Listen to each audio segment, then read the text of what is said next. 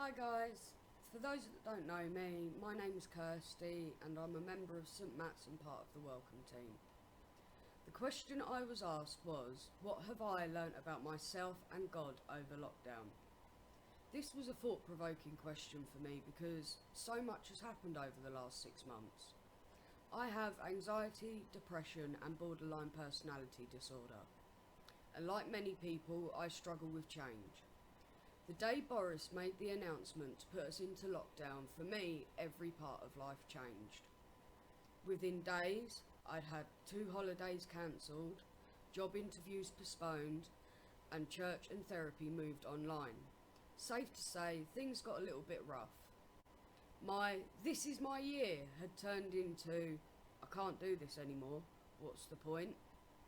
I felt like everything was against me. Both my plans and my routine had swiftly flown right out of the window. I felt hopeless. My mental health was taking a slow downhill stroll, and I was stuck at home, unable to see anyone. Sure, there's FaceTime and Zoom and a multitude of other apps that I could use to see people, but for me, this didn't help. It made me miss people more. I need to be able to read people's body language to get a true sense of how they're feeling. But the problem is, when they're sat there holding a phone, they are more aware of how they look and everything around them. At times, I'd felt unable to cope with both the isolation and uncertainty in the world. I ended up relapsing with self-harm and drug abuse, trying to find some version of feeling okay. It was during this time that I'd learnt that even though I can feel emotions, it doesn't have to turn into an extreme reaction. I need to stop for a second, take a breath, and think about why I felt that way, and then I can respond to it a lot better. There were times I'd prayed and cried out to God for a sign or a signal, just something to let me know that I was on the right path. But we know God doesn't do this in obvious ways.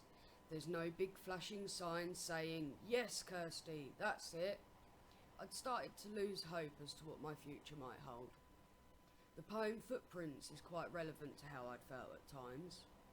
I felt that I was alone and that God had misplaced his plan for me, or that he was ignoring my cries for help. But what I came to realise is that he was indeed carrying me through it all. He was giving me time to learn who I am and what direction I would need to walk in, waiting until I was ready to start my journey again. As I said, I haven't seen bright flashing signs telling me what to do.